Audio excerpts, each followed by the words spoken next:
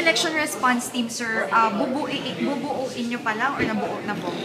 Nabuo na po. In fact, nailabas na yung memo. We work it out with COMELEC. Nagpa-meeting now. And with COMELEC, with UNICEF, inano po namin yon. Winork out po namin isang mechanism. Kasi if you learn from the previous mga elections, may issues tayo about teachers' welfare. So sabi namin, we are in the position to do that. Parang ang clarify lang ito kasi initial effort ito. Parang ang focus muna is to monitor muna yung situation ng mga teachers. Kumbaga, when will you start monitoring? Yun ang kinaklarify nila. Kasi sabi ko nga, kailangan i-define ano yung pre-election period, ilang araw, at ano yung gagawin ng mga teams na yan.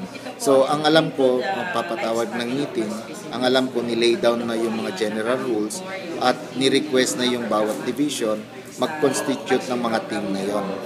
Basically, ano lang ito, part ito ng yung promoting, protecting teachers' welfare during mga ganitong situation. Bagong inisyatibo ito.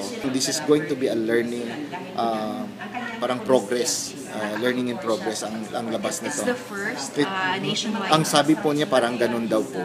Ito po ba, sir, did you think of it in coordination with Teach or it's an initiative of DepEd talaga? Initiative po ito, yung Teach kasi kasama na sila yung they feed information. And then si Secretary, we have been going around si Governor.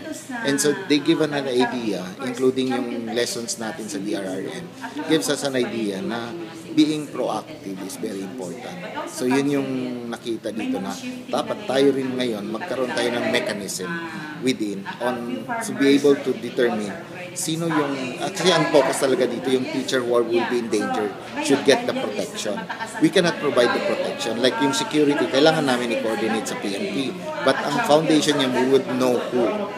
Kung sino yung halimbawa after the election, sino yung entangled with kakasuhan sila ng mga tao who are involved political group, mga ganon, or politician na kakasuhan sila or allegation of kung ano man yon, malalaman natin and we are in the position to provide legal assistance.